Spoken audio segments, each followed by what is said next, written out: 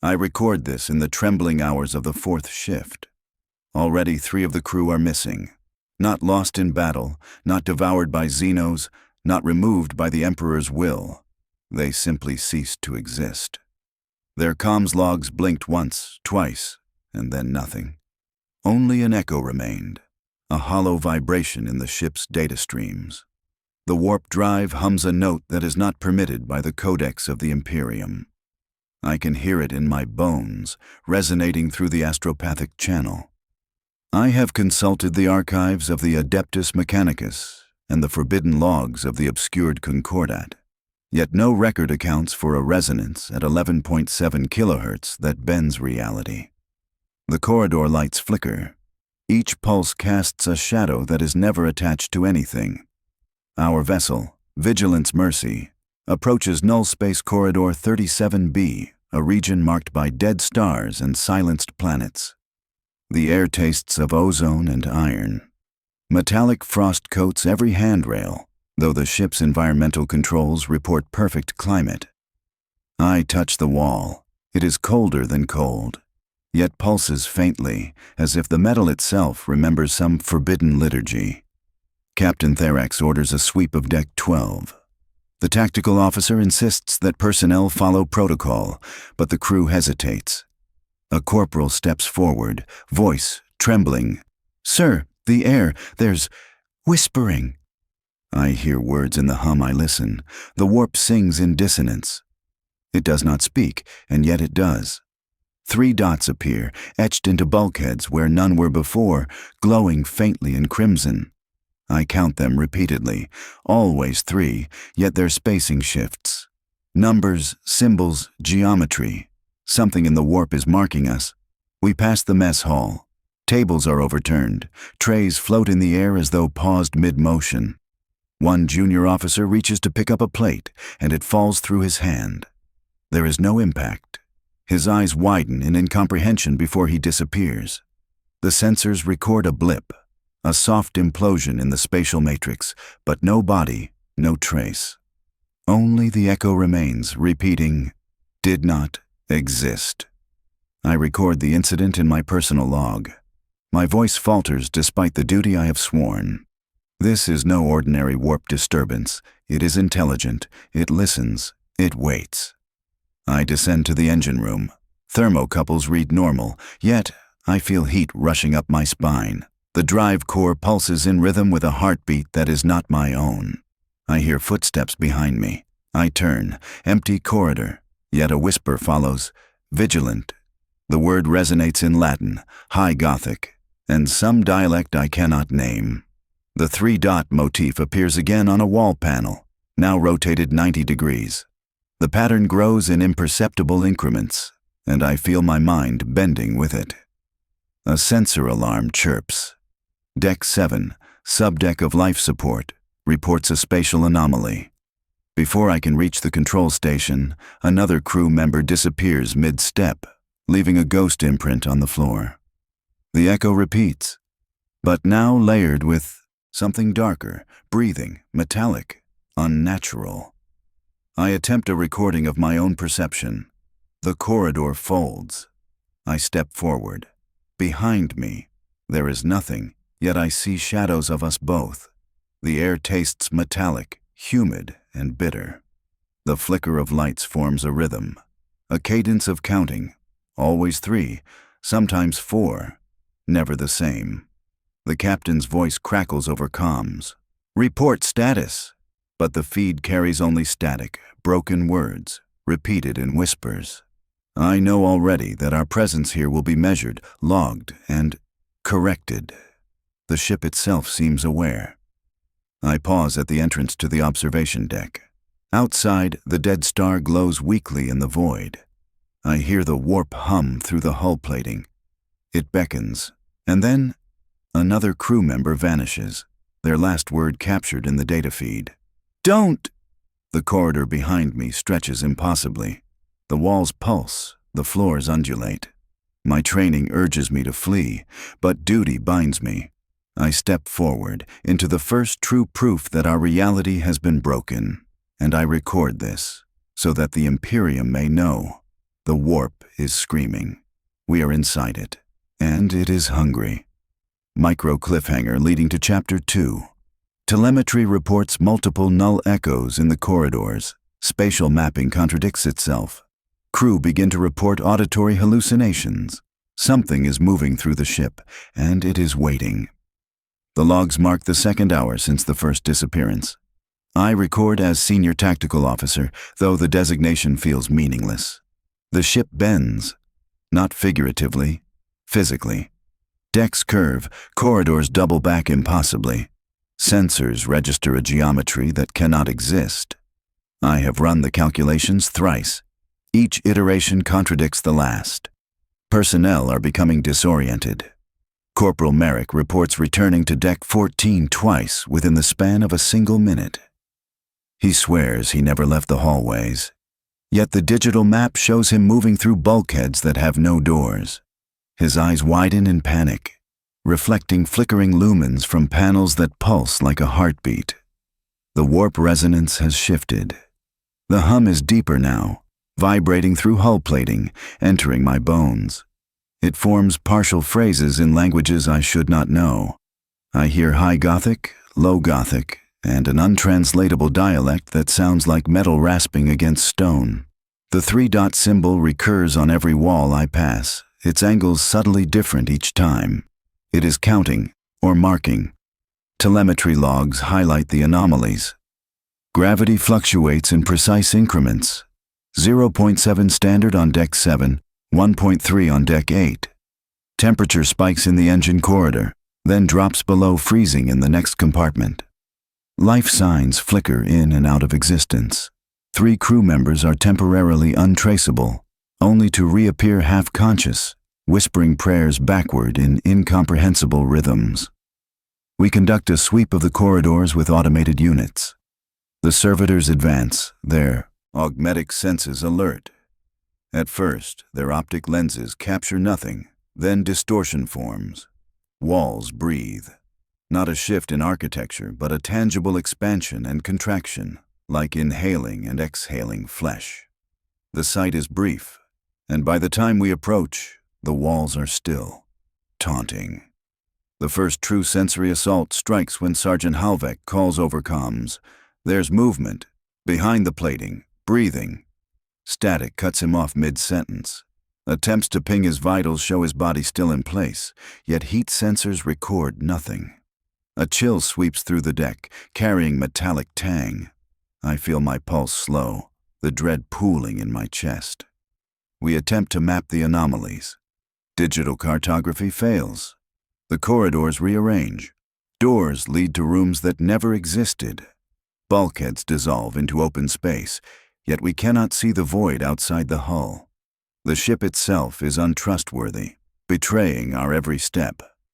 I begin issuing orders in repeated litanies, military protocol woven with prayers. Sweep and secure, decree of Emperor, sweep and secure in his mercy. Corpses of missing crew do not appear. Instead, the echoes linger. Footsteps recorded in logs repeat, but the bodies are absent. Whispered syllables in multiple dialects layer over one another. Sometimes they chant the 3-dot motif, a soft rhythm that grows louder as we traverse the decks. Engineering reports.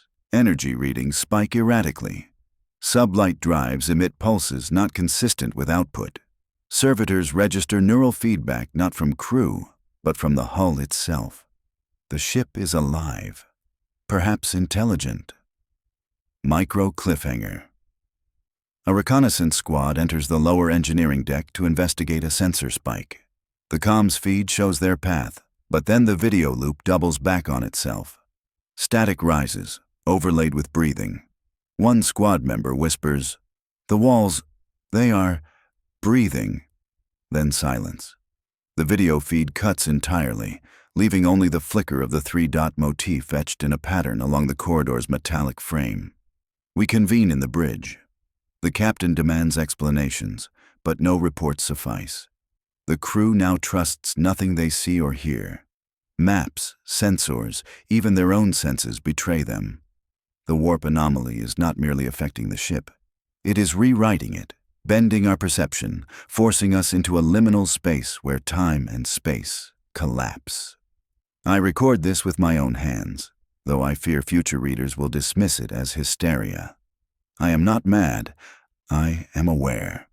And aware is agony. Telemetry logs note the final aberration of the chapter, a ghost pulse, as if someone ran along the deck, but no heat signature, no mass, no physical trace. The echo repeats through comms in a staccato whisper. Vigilant, mercy, null, null, null. I am left with one certainty. The warp entity is aware of us, marking us, preparing for something greater, and we do not yet understand whether it intends annihilation, assimilation, or something worse. The micro cliffhanger carries us forward. The ship is no longer a vessel. It is a labyrinth, breathing, listening, evolving.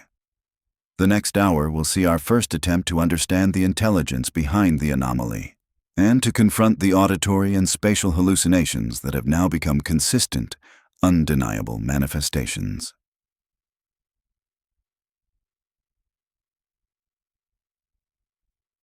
The whispers began just after the squad's disappearance. At first, I attributed it to fatigue, to warp-induced neural bleed, yet I now know they are neither hallucination nor error. They are deliberate. Every corridor, every junction carries the sound, dissonant, layered, a polyphony of dead dialects and prayers. I hear the Imperial liturgy inverted, recited backward in rhythmic pulses, interlaced with unknown syllables that claw at comprehension. These are not the idle hallucinations of a frightened crew. They are a pattern, a structured incantation emerging from the warp itself. My astropathic senses prick. The voices resonate not just in my mind, but across the ship, vibrating through the bulkheads, shaking the very steel of the corridors. Crew members begin responding unconsciously.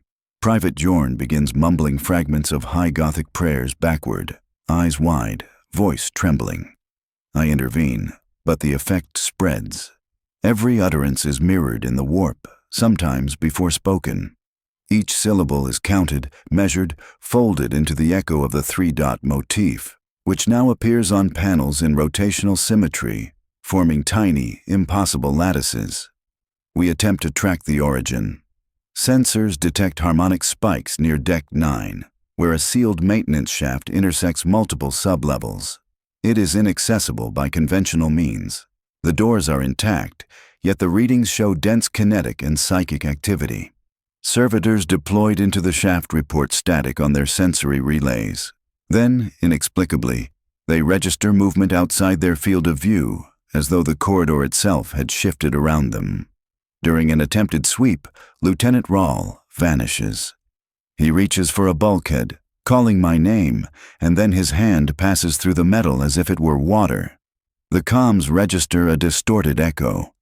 Vigilant, mercy, and then silence. His vitals remain, locked on the internal sensors, yet his physical form is absent. My logs tremble as I write this. I have seen it before, yet the horror is never diminished. The warp whispers intensify, layering like a polyphonic chorus. It speaks to individual fears, memories, and regrets.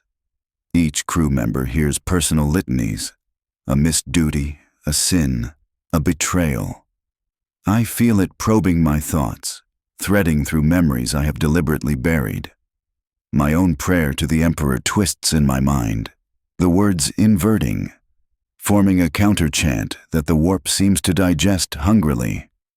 In this corridor of shadows and whispers, the three-dot motif reappears on the floor, ceiling, and walls simultaneously. It shifts subtly every time I blink, forming patterns that seem to track our movements. It counts steps, breaths, heartbeats. I attempt to avoid it, but it finds me. The geometry of the symbol now mirrors some higher dimensional calculation, one my human mind cannot fully parse. Environmental changes compound the horror. The air grows colder than the sensors indicate, metallic and thick. Light flickers unpredictably. One moment the corridor is bathed in harsh white lumens, the next in crimson shadow. Pressure shifts pin our limbs. A subtle vibration hums beneath our feet, synchronous with the whispered chants. We are moving through the ship, yet the ship moves through us. A micro cliffhanger arises mid-chapter. Ensign Kor, following my instructions, steps toward what he believes is an open doorway. The floor beneath him vanishes, or is replaced by an impossibly thin void. He steps forward, and his body merges with the corridor wall. The sensors show his vitals spike and then plateau, as if he exists and does not exist at once. Comms carry his last word, distorted and layered with the chant, "The wall." I attempt to stabilize the crew. Orders and litanies interweave. Sweep and secure, Emperor preserve, repeat, repeat, repeat. Yet nothing changes. The warp is active, aware, and patient. It has begun to mark us, integrating our presence into its rhythm. Every echo is catalogued, every step noted. Telemetric anomalies suggest the source may be the warp-distorted maintenance shaft below Deck 9. Every attempt to physically access it is foiled by fluctuating gravity and spatial distortions. Yet our minds register the movement, the whispering, a presence that is both localized and omnipresent. It is constructing something, or it is constructing us. The chapter ends with a micro cliffhanger that carries into Chapter 4. We witness a fleeting projection of Lieutenant Rahl through a wall, his body contorted in impossible angles, lips moving in a silent litany. The three-dot motif glows beneath him, now pulsating in harmony with the whispers. The crew understands, instinctively, that this is not random. It is an intelligence. We are no longer explorers of null space. We are intruders. And the warp, hungry, ritualistic, and unfathomably patient, has taken notice. I descend to the engine room, where the warp influence thickens like resin. The sensors flicker, unable to parse the readings. Thermocouples report nothing extraordinary, yet the air is damp, metallic, heavy with the scent of ozone and blood. My robes cling to my skin, slick with condensation that tastes faintly of iron. This is not a natural condition. The ship itself exhales, and I feel each breath through the hull. The first anomaly presents itself almost immediately. A maintenance panel I open to inspect the conduit shows the interior wiring fused with strands of sinew. I stare in disbelief. Neural tissue pulses in rhythm with the power flow. Microcircuits thrum, echoing the heartbeat of this grafted flesh. A servo skull hovers nearby, recording my astonishment. Its optic lens flickers. I detect a whisper behind the mechanical note, a distorted chant, repeating the three-dot motif. Junior Tech Priest Solon recoils. "It's alive," he mutters. The words carry no question, only terror. I concur silently, for I too feel the intelligence seeping through the circuits. Not mere malfunction, not anomaly. Intent. The crew becomes aware that the ship is no longer passive. Lights pulse in sync with the grafted circuits. Panels hiss with exhalations that resemble sighs, groans, and the scraping of fingernails across steel. Temperature swings are abrupt. Freezing drafts lick my spine, followed by oppressive humidity that fogs every instrument. We are immersed in an environment simultaneously physical and psychic. Attempts to repair systems fail. Voltages spike without cause, servos jerk as if in pain. Diagnostic arrays register readings that cannot be reconciled. Logically, the conduits carry standard energy, but the waveform oscillates in impossible geometries. Data streams are interrupted by whispers, then echoes, then sequences of what appear to be prayers in a dead tongue. I approach a console that displays crew biometrics. Several personnel now exhibit early signs of warp corruption. Subtle lesions along forearms, veins pulsating visibly in complex patterns, and uncharacteristic neural feedback when in proximity to grafted systems. Their eyes flicker, sometimes perfectly human, other times luminescent. displaying numerals and symbols I do not recognize. The three-dot motif recurs, now etched across flesh as well as metal. A corporal attempts to interface with the main drive. The neural jack ignites a feedback loop. He convulses as his motor functions merge with grafted circuits. His body seems to integrate temporarily with the ship itself, a grotesque communion. I intervene, severing the connection, but the trace remains. The drive hums with a pulse that is not purely electrical. I feel it through the bulkheads, a heartbeat that is part mechanical, part living tissue. Environmental horror continues. Panels exude a thin black mist. Doors twist inwards and outwards, floors vibrate in irregular rhythms, and metallic surfaces seem to stretch slightly, as if observing us. Even the sensors detect strange patterns. The hull reads as if lined with arteries, the conduits with veins, and the ship itself as a single, monstrous organism.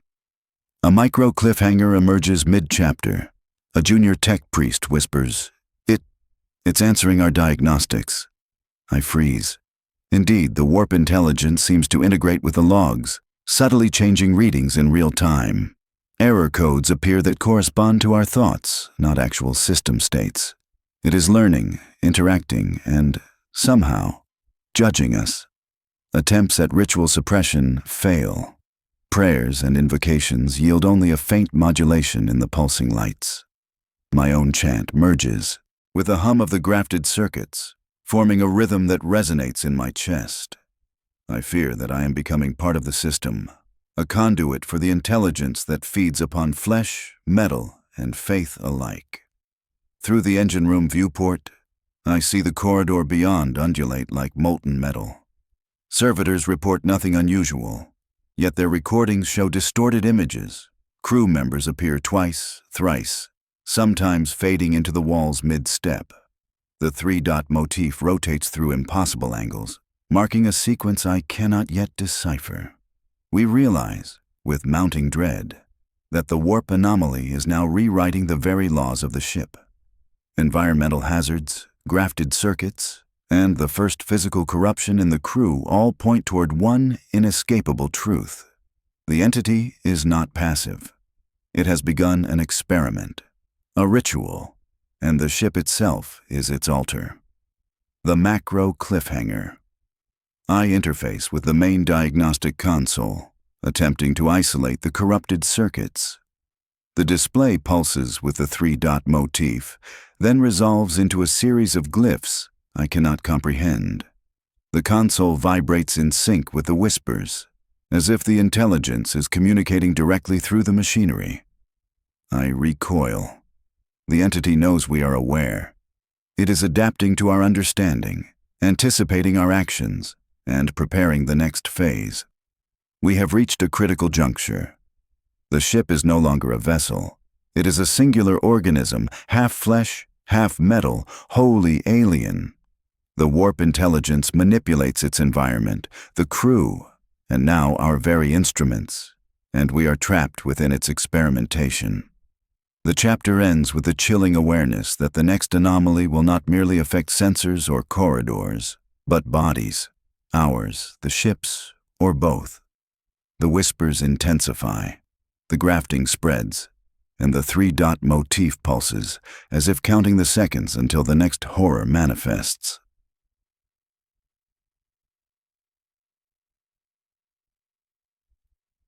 Time has fractured aboard Vigilance Mercy. Minutes stretch like hours. Hours collapse into the void. Personnel move through corridors only to reappear where they were not before. I observe, recording every anomaly. Yet even I struggle to reconcile what my eyes report with sensor data. Private Dallin steps into the main corridor. Cameras record his movement. Step, step, pause. Mid-step, his body flickers, half transparent, half solid, and then disappears entirely. Life signs blink faintly on the scanner, but his physical form is gone. The echo of his voice repeats in the comms, "Don't let them," before fading into static. Another vanishing, another unresolved question. The crew now whispers among themselves, fear mounting. No one speaks above a murmur. We adhere to protocols, yet the protocols fail. Doors open into voids, corridors fold upon themselves. The ship's architecture twists subtly, like a breathing organism observing its intruders. Gravity fluctuates, floors bend. Walls throb like muscle beneath their plating. Security feeds display the anomalies in stark clarity. Crew captured moving along the hallways are sometimes recorded multiple times in the same frame, duplicated and paused mid-stride. The three-dot motif appears, etched into walls, floors, and even the air itself, in distorted light. It seems to measure time, steps, and perhaps our mortality.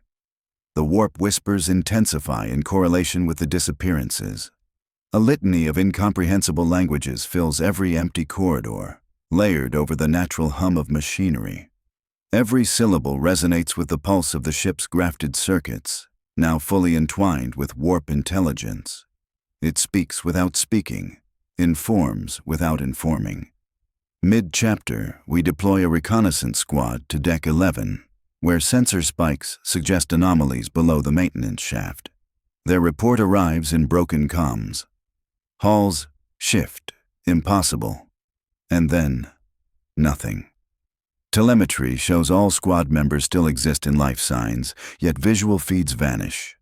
The corridor appears empty, yet the shadows betray a movement that is both ours and not ours.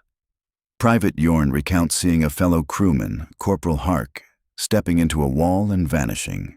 I verify logs. It is true. The wall itself, metal, concrete, nothing living, is now permeable to life. The warp is altering reality, enforcing rules that our physical senses cannot interpret. Micro cliffhanger. Ensign Lyra recovers Hark's personal log from her datapad. His final entry mentions a ritual taking place below deck, but the coordinates are unrecorded and the language is partially reversed, half understood, half encoded. We realize that personnel disappearances are not random. They follow a pattern, a rhythm, a counting method intrinsic to the warp intelligence.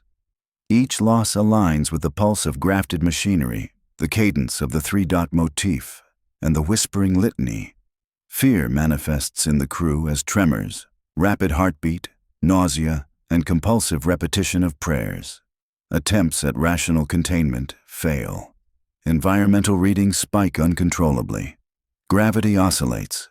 Air pressure fluctuates. Metallic tang suffuses the decks, slicking the handrails and stairwells. The temperature is unpredictable. Freezing pockets alternate with near-boiling drafts. Our sensors register no natural cause. The ship is alive, and it is experimenting. A macro cliffhanger emerges. During a system sweep, Lieutenant Rawls' last known location registers in two places simultaneously. A visual anomaly shows him frozen mid-step, reaching for a panel, while his echo drifts down a corridor that should not exist. His datapad records only one line. Below, the deck, the ritual. I record these events meticulously.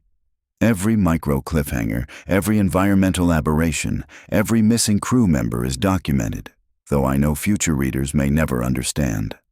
My training as a senior officer is irrelevant here. The rules of space, time, and life itself are suspended. By the end of the chapter, the crew begins to suspect that the warp intelligence is guiding these disappearances intentionally, preparing something unseen. The ship is a cathedral of impossible geometry, corridors as altars, walls as scripture. Every vanish, every echo, every three-dot motif is a stanza in a larger liturgy, a ritual beyond human comprehension. The micro cliffhanger that leads into Chapter 6. We observe a faint shimmer in the sealed maintenance shaft below Deck 9. Shadows of missing personnel flicker inside, conducting movements that resemble prayer, construction, and sacrifice simultaneously. Telemetry suggests impossible layering of spaces. The corridor exists and does not exist. The crew exists and does not exist. The warp intelligence is not only consuming reality, it is shaping it into something deliberate. The doors to Deck 9 had remained sealed since our approach to Nullspace Corridor 37B. They bore the sigils of restriction, warnings from the Mechanicus etched in half-eroded High Gothic, and the stench of antiseptic varnish long decomposed. Today, those seals are broken, not by human hands, but by necessity. The warp hum beneath us thrums insistently, as though urging the passage. As the heavy doors slide open, the corridor beyond flickers between states. One instant, a normal hallway. The next, a warped expanse stretching into infinity. The crew steps cautiously, each footfall met with slight resistance, as if the floor itself is viscous. Gravity fluctuates in imperceptible pulses, pulling our bodies at angles that seem wrong. Panels along the walls pulse faintly, revealing faint carvings beneath paint and rust. 3-dot motifs multiplied into complex geometric lattices. Some symbols appear organic, faintly pulsating like capillaries beneath the steel. The air is metallic, humid, thick with ozone, and an odor I can only describe as decayed prayer. I taste it on my tongue, sour, bitter, like the remnants of burnt incense. A servitor deployed ahead signals an anomaly. Life signs registered mid-air. I follow the display. Through the warped corridor, I see a figure, Lieutenant Rawl, suspended impossibly, body rigid, limbs merged partially into a bulkhead. His chest cavity glows faintly, pulsating in rhythm with the warp hum. The 3-dot motif appears across his torso, etched in light and shadow, marking him as part of a greater pattern. The crew hesitates, muttering prayers. Any spoken word seems swallowed, distorted, returning as part of the hum. The corridors themselves seem sentient. Walls pulse like muscle, expand and contract subtly, sometimes breathing. Each pulse seems to communicate, marking those who walk within earshot. I record every anomaly. Floors thrum in resonance with grafted circuitry below. Panels exude thin black mist. Lights bend, refract, splitting into multiple spectrums simultaneously, casting shadows where none should exist. Gravity pulls diagonally, then realigns in milliseconds. We descend further, following the faint pulse in the ship's life signs. Sub-levels we believed inaccessible now lie before us. Maintenance shafts folded back upon themselves, bulkheads vanishing and returning. The warp bends these spaces deliberately, shaping them as an altar for some unseen purpose. A micro cliffhanger manifests. We observe a figure, another crew member, Private Dallin, half submerged into the hull, motionless. Yet our sensors detect life signs. A whisper passes through the air, unintelligible, but faintly echoes the litany of the previous decks. His body is both present and absent. The warp has claimed him as a medium.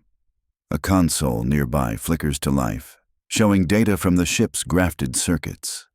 The 3-dot motif resolves into a sequence, a rhythm, a counting method that aligns with life signs, disappearances, and auditory patterns. The warp intelligence is observing us through these measurements, learning, anticipating, and marking. Environmental horror continues to intensify. Floors pulse underfoot, metallic surfaces seem to breathe, and lights refract unpredictably. The crew reports nausea, disorientation, and compulsive murmuring of prayers backward. I observe a flicker in the warp pulse, a subtle, structured pattern embedded in the hum. The intelligence here is not chaotic, it is deliberate, ritualistic, methodical. Micro cliffhanger within the deck. A doorway appears where none existed before, faintly glowing. Beyond it, shadows move with impossible geometry. Sensors detect multiple life signs, yet visual confirmation is impossible. The hum crescendos. The 3-dot motif spins, interlacing with the pulsing shadows. I know instinctively, something is being prepared. A ritual is underway. The crew hesitates. We are no longer explorers. We are intruders in a cathedral of impossible geometry. Every pulse of light, every fluctuation in gravity, Every whisper in the corridor is a stanza in a greater liturgy. It is both welcoming and hostile, aware of our presence, and marking us for participation or for consumption. I record my observations, knowing that any mistake, hesitation, or misstep could result in immediate, irreversible loss. The warp intelligence has already begun incorporating the crew into its pattern. Some bodies are suspended mid-air, some partially grafted into machinery, and others vanish entirely, leaving echoes behind. The macro cliffhanger. As we approach the central chamber of the deck, a doorway opens into a space that should not exist. It is larger inside than outside, its walls lined with glyphs and sigils pulsing in harmony with the warp hum. A faint, rhythmic chanting echoes from within, though no source is visible. Shadows of missing crew flicker inside the chamber, performing movements that resemble prayer, construction, and sacrifice simultaneously. We now understand. The warp intelligence is not merely manipulating the ship, it is conducting a ritual. A calculated, methodical transformation of reality, crew, and vessel into something beyond comprehension.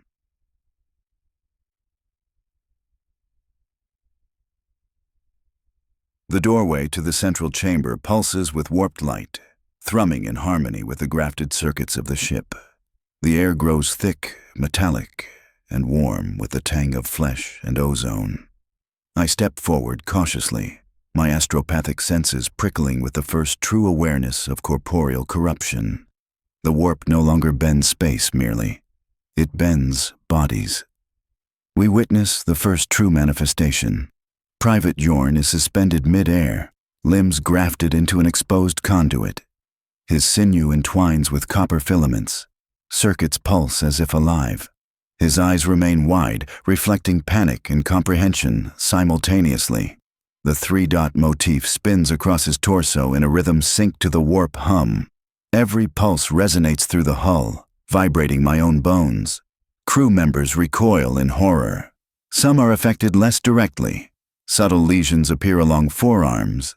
Veins become luminous with unnatural energy.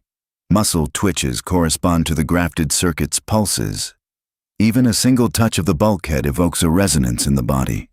Hands prickle, hearts pound in irregular cadences. The whispers of null space intensify. Each syllable now pierces the mind, threading through thought, fear, and memory. I hear prayers, vows, and regrets, my own included, interwoven into an incomprehensible polyphony. It is not random, it is a structured chant, marking, measuring, and perhaps correcting the bodies of those within reach. Environmental horror escalates. Gravity pulses violently. Floors oscillate in and out. Metallic surfaces breathe, and lights fracture reality.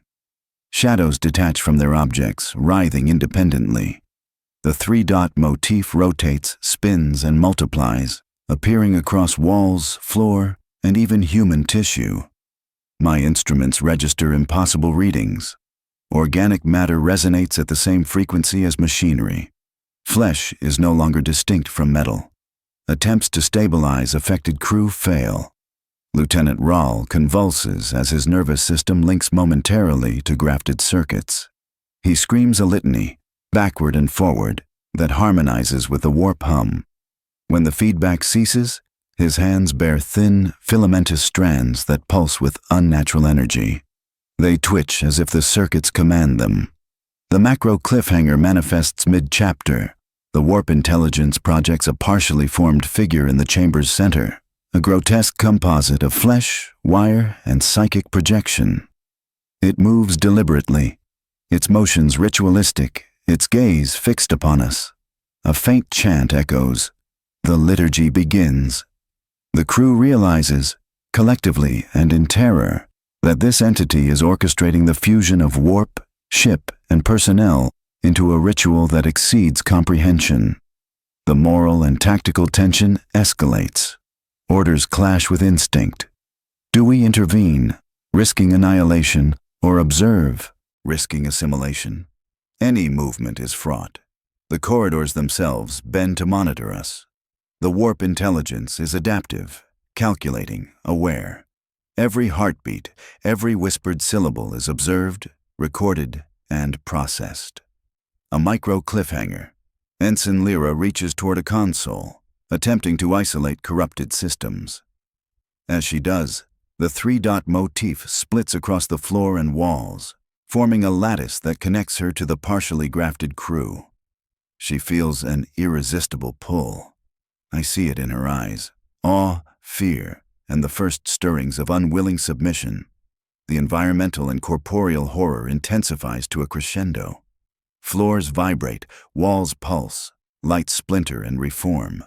Crew members shiver as the grafted circuits emit low-frequency hums directly into neural pathways. It is not only the body that is corrupted, perception itself is reshaped. The warp is teaching, marking, converting. The chapter closes with a macro cliffhanger that propels us into Chapter 8. The partially formed entity steps forward, displaying intentionality. Its form reflects the three-dot motif, grafted flesh and machine circuits. A living altar of null-space ritual. The whispers crescendo into a coherent phrase in a language half-comprehensible. A command, a call, a liturgical invocation. We understand, with a paralyzing clarity, that intervention may be futile. The ritual is already underway. We are not merely witnesses. We are ingredients, participants, and potential sacrifices. The warp intelligence is no longer an anomaly. It is the orchestrator of transformation. The chamber stretches beyond comprehension, a cathedral without ceiling or floor, walls folding upon themselves in impossible geometry. Every surface pulses with the grafted circuits and organic grafts we have begun to recognize as the warp intelligence's instrument.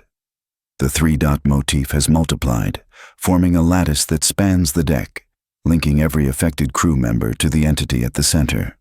The whispers converge into rhythm. I discern the beginnings of liturgy, syllables that bend high Gothic and dead dialects into one seamless chant. The crew, involuntarily or through psychic compulsion, repeat portions of it backward, forward, in staccato bursts that mirror the warp pulse. Their voices are a measured instrument of the ritual, integrated into the hum of the ship, the grafted circuits, and the partially corrupted personnel. Lieutenant Rahl, his sinews fused with conduits, becomes an instrument in this orchestra. Every pulse of his grafted body resonates through the hull, coordinating with lights, gravity fluctuations, and whispers. The entity, the partially formed gestalt we glimpsed, moves deliberately, gesturing toward the lattice of three-dot motifs as though reading from an unfathomable codex. Environmental horror escalates. Floors pulse like myocardium, walls breathe, and air pressure fluctuates with deliberate rhythm. Metallic tang suffuses every breath, shadows detach and writhe, following no natural law. Gravity shifts so abruptly that one moment we walk upright, the next we are pressed to the walls, tumbling in microseconds. Light fractures into impossible spectrums, casting three-dot glyphs across the ship and crew in hypnotic rotations. A micro cliffhanger manifests. Ensign Lyra reaches for a control panel to attempt stabilization of the grafted circuits. As she does, the three-dot lattice reacts, pulsing and stretching, enveloping her neural field in a faint, harmonic resonance. She gasps, unable to resist, repeating part of the litany despite herself. It is clear, resistance is not only futile but anticipated. The ritual reveals its purpose in glimpses. The warp intelligence is preparing the crew and ship as a single organism, a living altar to the null space entity. Each pulse, each graft, each chant forms a sequence, an ordered liturgy that integrates mind, body, and environment.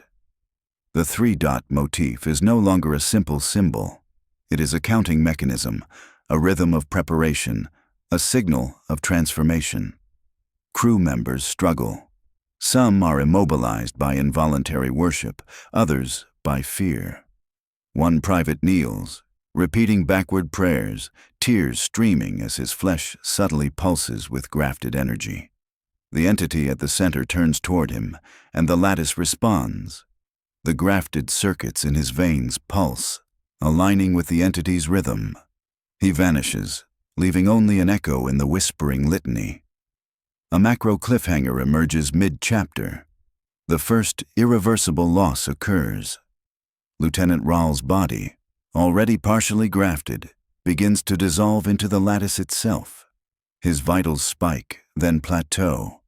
The three-dot motif aligns perfectly across his torso, neck, and arms.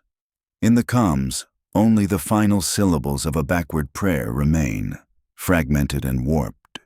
Vigilant, mercy, become ours. His body is absorbed, becoming part of the entity, integrated into the ship itself. We realize, collectively, that the ritual's goal is nothing less than the complete assimilation of all personnel and vessel into the warp intelligence's construct. Resistance will not halt it. It can only delay it. The environment, the body horror, and the sensory distortions are instruments of conversion, each carefully measured and orchestrated. The three-dot motif pulses faster, now a lattice connecting surviving crew to the absorbed bodies and grafted circuits. Gravity fluctuates violently. Lights fracture further, casting shards of crimson and silver across the hull. The whispers crescendo, merging with the harmonic pulses of grafted flesh. We are part of a larger melody, whether we consent or not. The hum of the warp intelligence has shifted. It is no longer merely an ambient presence. It moves through the ship in rhythmic pulses, measurable yet incomprehensible, resonating through hull and bone alike. The lattice of three-dot motifs now actively pulses, targeting crew members, projecting grafted resonance into their nervous systems. We witness the first marking pulse in real time. Private Dallin, who had survived previous encounters, convulses as his body stiffens. Veins glow faintly, pulsating in sync with the three-dot lattice. Muscles twitch involuntarily. His eyes widen as neurons fire in harmonic patterns with the grafted circuits. He repeats the backward chant of the liturgy before collapsing into immobility. Sensors show integration. His nervous system partially grafted into the ship itself. The environmental horror escalates. Floors pulse like muscle, walls contract and expand, and gravity fluctuates with terrifying irregularity. Metallic humidity clings to our skin, carrying the odor of ozone, iron, and decayed incense. Lights fracture into impossible spectrums, casting rotating three-dot glyphs that cover walls, ceilings, and floors. Shadows twist, detach, and writhe independently, following no natural law. The whispers intensify, layered in high Gothic, dead dialects, and untranslatable syllables. Each pulse synchronizes with the litany. Each step we take, each breath we draw, is catalogued, measured, and evaluated. The entity is deliberate, calculating, patient. It does not simply consume, it converts. A micro cliffhanger manifests. Ensign Lyra collapses as a pulse strikes her neural field. Her body is frozen mid-motion, sensors display dual readings, her physical form remains, yet her consciousness is partially integrated into the lattice. Through the comms, her voice is layered with the harmonic chant, repeating syllables she does not consciously speak. The lattice has claimed a part of her mind, leaving the remainder to fight for survival. We attempt to isolate grafted circuits via the main console. The readings fluctuate violently, displaying impossible harmonics. Every intervention is mirrored and countered by the warp intelligence. The three-dot motif pulses faster, aligning with affected personnel and projecting into new corridors. The ship itself has become a measuring device, a ritual instrument, a cathedral in motion. The first strategic dilemma arises: do we attempt rescue, or do we withdraw? Each crew member affected increases the warp intelligence's control over the ship. Every step taken toward intervention is met with environmental resistance. Gravity shifts, floors pulse, light fractures. Intervention is possible, but it carries near certain risk of assimilation. Mid-chapter, another micro cliffhanger. The lattice extends into the bridge. Control panels pulse. Doors open to voids where none should exist. The warp pulse resonates directly through the command consoles. Sensors detect life signs of crew partially suspended in the lattice. The entity is approaching the central goal: total assimilation. I record the behavioral patterns. Each marking pulse follows a strict sequence. The three-dot lattice cycles through affected personnel systematically. It evaluates, isolates, and integrates. Escape routes close preemptively. Corridors fold, gravity shifts unpredictably, and shadows distort perception. Environmental and body horror converge, creating a living, adaptive trap. The macro cliffhanger emerges as the pulse reaches the bridge itself. Environments and personnel are simultaneously targeted. Crew are forced to choose, intervene, and risk immediate integration, or observe and risk losing the remaining members. The lattice thrums in harmonic alignment, projecting the intent of the warp intelligence. Participation or consumption is inevitable. The hum of the warp intelligence has shifted. It is no longer merely an ambient presence. It moves through the ship in rhythmic pulses, measurable yet incomprehensible, resonating through hull and bone alike. The lattice of three-dot motifs now actively pulses, targeting crew members, projecting grafted resonance into their nervous systems. We witness the first marking pulse in real time. Private Dallin, who had survived previous encounters, convulses as his body stiffens. Veins glow faintly, pulsating in sync with the three-dot lattice. Muscles twitch involuntarily. His eyes widen as neurons fire in harmonic patterns with the grafted circuits. He repeats the backward chant of the liturgy before collapsing into immobility. Sensors show integration, his nervous system partially grafted into the ship itself. The environmental horror escalates. Floors pulse like muscle, walls contract and expand, and gravity fluctuates with terrifying irregularity. Metallic humidity clings to our skin, carrying the odor of ozone, iron, and decayed incense. Lights fracture into impossible spectrums, casting rotating three-dot glyphs that cover walls, ceilings, and floors. Shadows twist, detach, and writhe independently, following no natural law. The whispers intensify, layered in high Gothic, dead dialects, and untranslatable syllables. Each pulse synchronizes with a litany. Each step we take, each breath we draw, is catalogued, measured, and evaluated. The entity is deliberate, calculating, patient. It does not simply consume, it converts. A micro cliffhanger manifests. Ensign Lyra collapses as a pulse strikes her neural field. Her body is frozen mid-motion. Sensors display dual readings. Her physical form remains, yet her consciousness is partially integrated into the lattice. Through the comms, her voice is layered with the harmonic chant, repeating syllables she does not consciously speak. The lattice has claimed a part of her mind, leaving the remainder to fight for survival. We attempt to isolate grafted circuits via the main console. The readings fluctuate violently, displaying impossible harmonics. Every intervention is mirrored and countered by the warp intelligence. The three-dot motif pulses faster, aligning with affected personnel and projecting into new corridors. The ship itself has become a measuring device, a ritual instrument, a cathedral in motion. The first strategic dilemma arises. Do we attempt rescue, or do we withdraw? Each crew member affected increases the warp intelligence's control over the ship. Every step taken toward intervention is met with environmental resistance. Gravity shifts, floors pulse, light fractures. Intervention is possible, but it carries near certain risk of assimilation. Mid-chapter, another micro cliffhanger. The lattice extends into the bridge. Control panels pulse, doors open to voids where none should exist. The warp pulse resonates directly through the command consoles. Sensors detect life signs of crew partially suspended in the lattice. The entity is approaching the central goal, total assimilation. I record the behavioral patterns. Each marking pulse follows a strict sequence. The three-dot lattice cycles through affected personnel systematically. It evaluates, isolates, and integrates. Escape routes close preemptively. Corridors fold, gravity shifts unpredictably, and shadows distort perception. Environmental and body horror converge, creating a living, adaptive trap. The macro cliffhanger emerges as the pulse reaches the bridge itself. Environments and personnel are simultaneously targeted.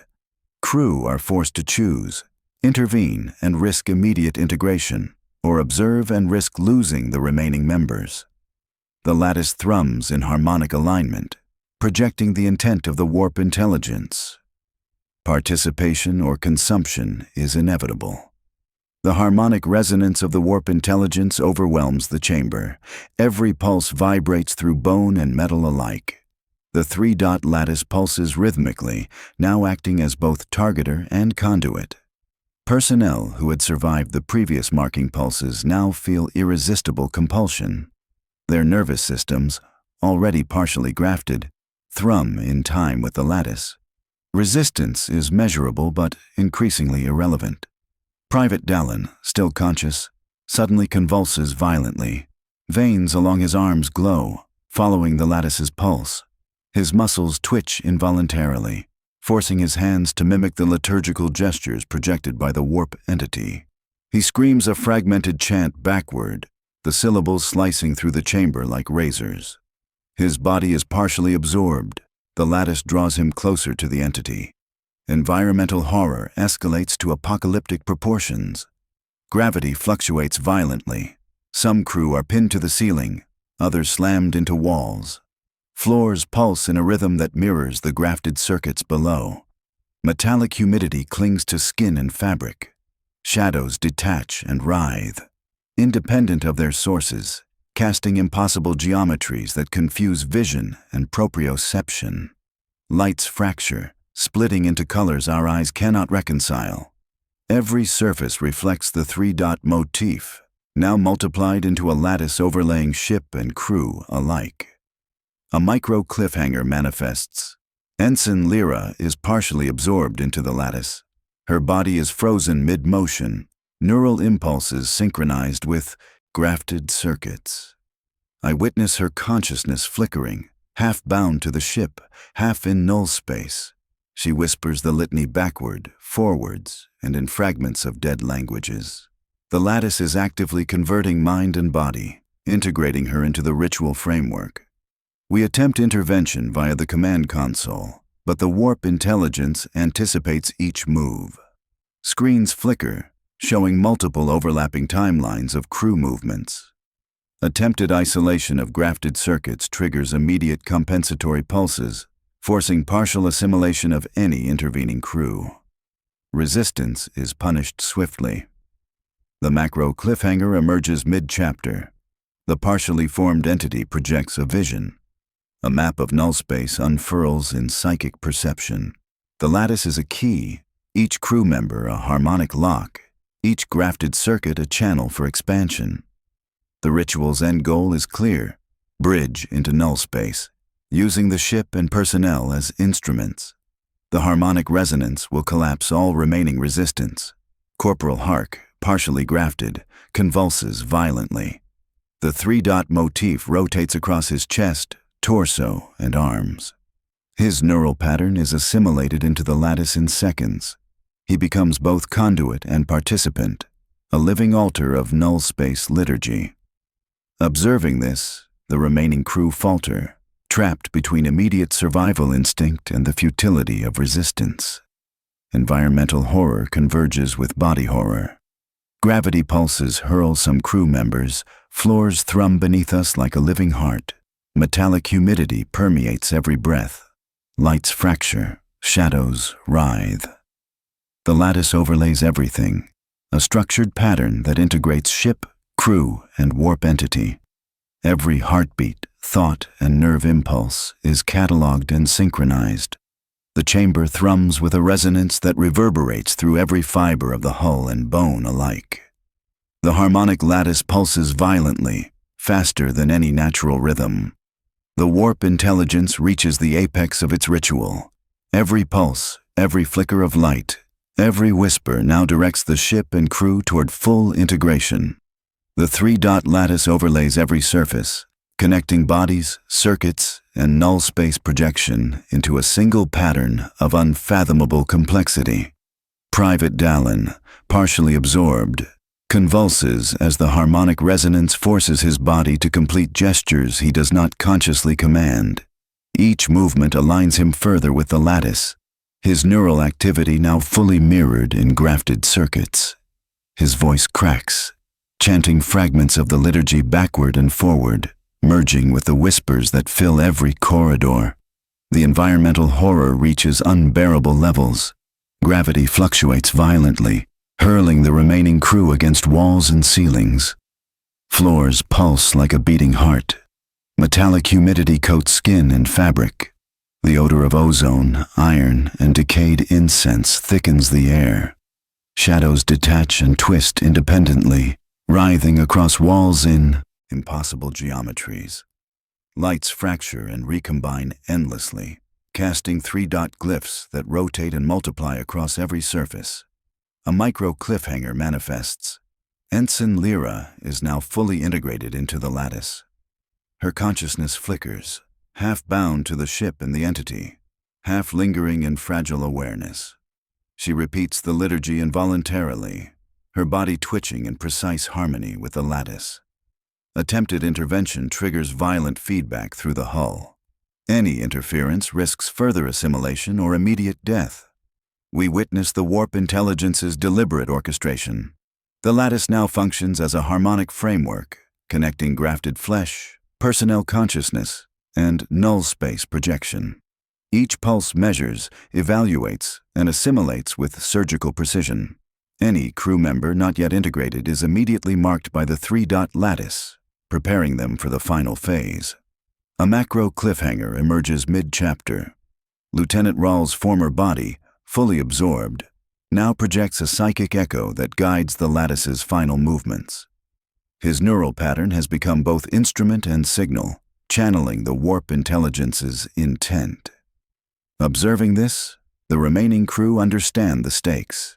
Intervention is almost certainly fatal. Retreat risks leaving the ship as a fully realized conduit into null space. The climax approaches. Environmental, sensory, and body horror converge into a crescendo. Gravity pulses, floors heave, metallic humidity saturates every breath. Lights fracture endlessly. Shadows writhe and detach. The three-dot lattice spins faster, enveloping all remaining personnel. Every heartbeat, nerve impulse, and thought is cataloged, measured, and synchronized. Resistance becomes a psychic strain as well as a physical impossibility. The thrumming ceases slowly, leaving only faint echoes of harmonic resonance. The three-dot lattice, once violently active, pulses weakly now, like the dying heartbeat of an entity satisfied or sated. The chamber lies in partial stasis. Walls no longer breathe violently.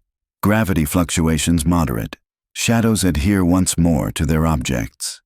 The ship feels still, yet every surface hums faintly with residual psychic energy.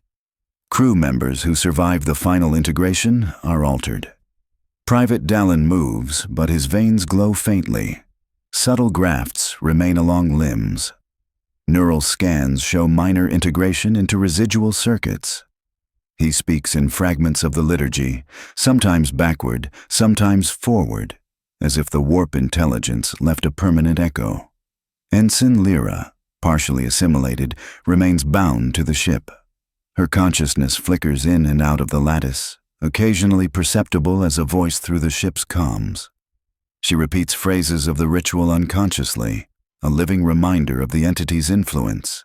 Any attempt to extract her risks harm, or further awakening of latent grafted circuits. The macro cliffhanger emerges as we assess the ship. Decks remain warped subtly.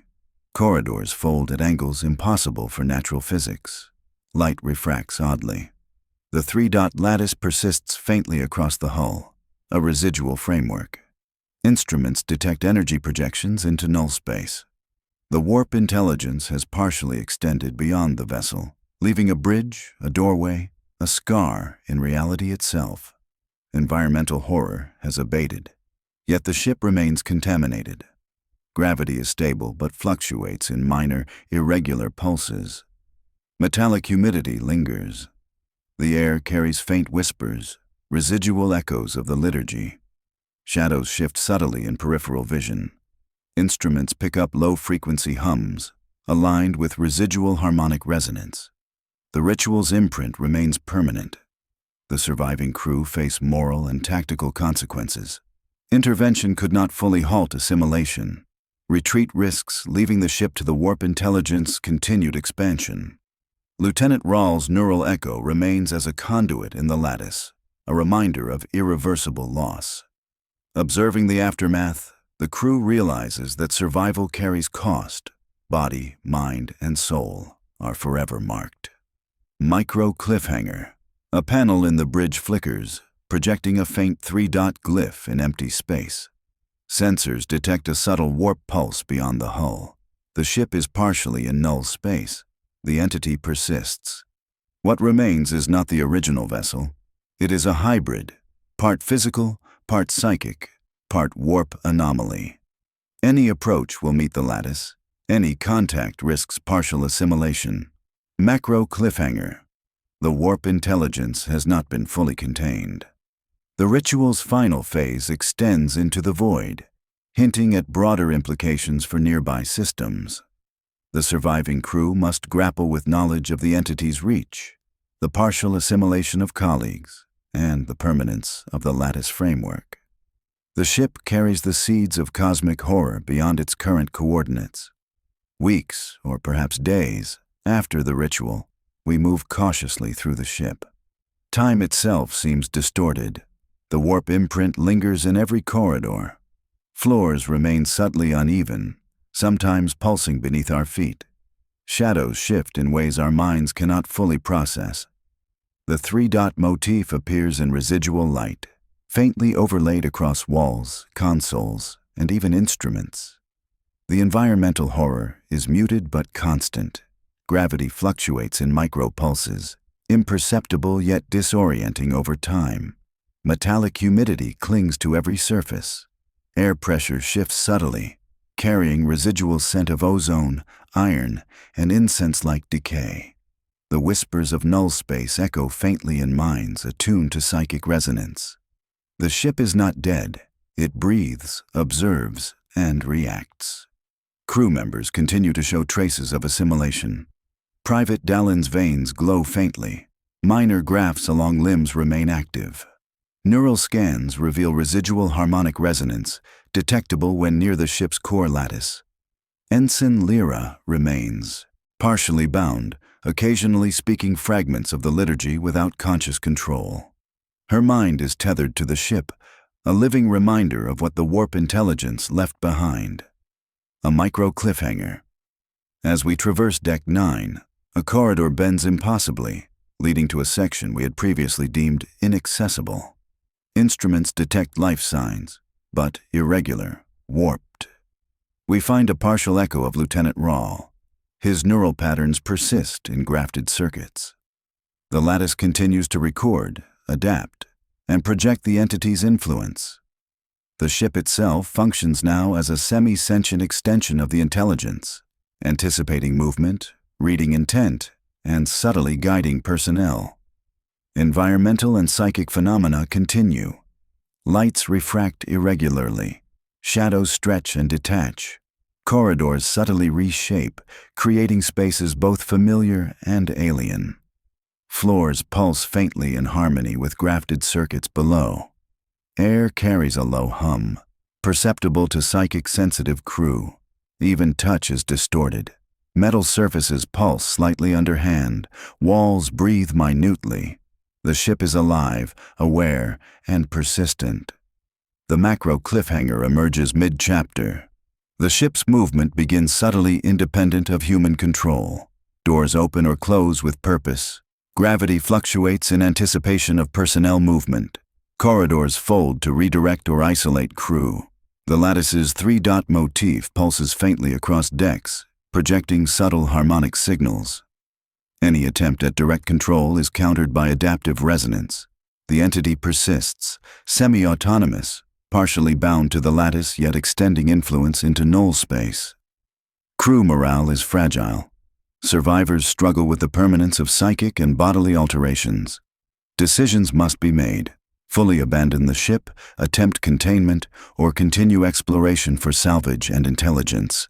Every step carries risk. The residual echoes of the liturgy, the harmonic lattice, and grafted circuits are permanent, a persistent reminder that the warp intelligence is not gone. A micro cliffhanger. A console flickers with a 3-dot projection, displaying a faint map of null space connected to the ship. The projection pulses with life, resonating across the lattice. We realize fully, the entity has left behind a bridge, a gateway, and a framework. Any future approach will encounter the same harmonic trap, and possibly expansion beyond comprehension. The corridors are eerily silent. The thrumming of harmonic resonance has faded, but a subtle pulse remains in the bones of the ship. Every step, every touch, is accompanied by faint vibrations that suggest awareness, a memory, embedded into the metal, the circuits, the grafted tissue. The 3-dot lattice still glows faintly across walls and floors, a persistent mark of the null space intelligence. The remaining crew tread carefully. Ensign Lyra moves alongside us, tethered partially to the lattice. She whispers fragments of the liturgy without conscious thought, her presence a bridge between the ship and the lingering warp entity. Private Dallin's veins glow faintly. Minor graphs twitch intermittently, as if the ship itself is checking for compliance. The ship pulses subtly, as if alive, semi-autonomous, aware of our movements. Doors open in anticipation, corridors fold around us, and gravity shifts minutely. It is no longer a vessel. It is a framework, a harmonic lattice, a living altar partially extended into null space. Instruments detect faint warp activity projecting from the hull, confirming that the intelligence persists, partially untethered and potentially expanding beyond its original containment. A micro cliffhanger emerges. A console flickers, projecting a 3-dot lattice connected to distant, unseen coordinates. The harmonic pulse aligns with the residual grafted circuits in surviving crew. Any attempt to interact with the console causes subtle feedback, minor convulsions, psychic whispers, faint harmonic resonance. The warp intelligence is monitoring, assessing, teaching, or punishing. The crew moves toward the bridge, contemplating evacuation or containment. Every step is weighed against the possibility of partial assimilation, psychic corruption, or further environmental hazard. The ship itself seems to guide them. Corridors fold to avoid areas of residual hazard. Gravity fluctuates to steer them subtly. Lights shimmer to draw attention to pathways aligned with the lattice's intent. The macro cliffhanger emerges mid-chapter. The ship projects a faint image of null space, revealing the potential for expansion into the void.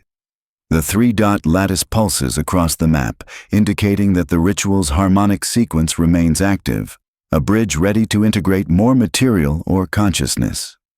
The intelligence is dormant in part, but far from neutralized. Any approach, any future contact, will encounter the lattice and the echoing ritual. The crew grapples with grim realization.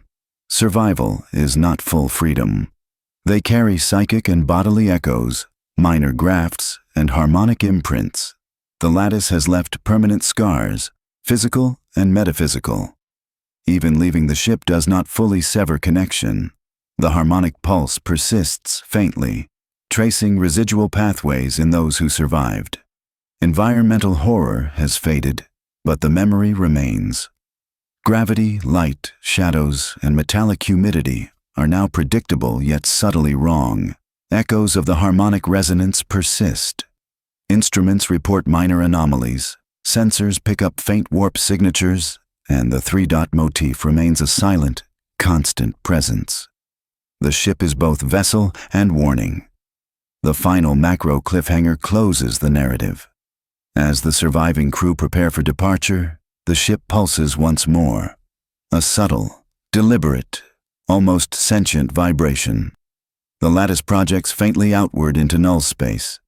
The warp intelligence remains, partially untethered, a seed of horror extending beyond its original containment. The last liturgy has concluded, but the ritual's implications persist. Cosmic horror remains, a bridge, a framework, a lingering presence waiting for the next touch, the next unwary ship, the next crew. The final image lingers. The ship drifting silently in the void, corridors warped, three-dot motifs glowing faintly, the pulse of the harmonic lattice echoing through bone, circuit, and reality itself. A seed of null space horror left in the cold, endless dark.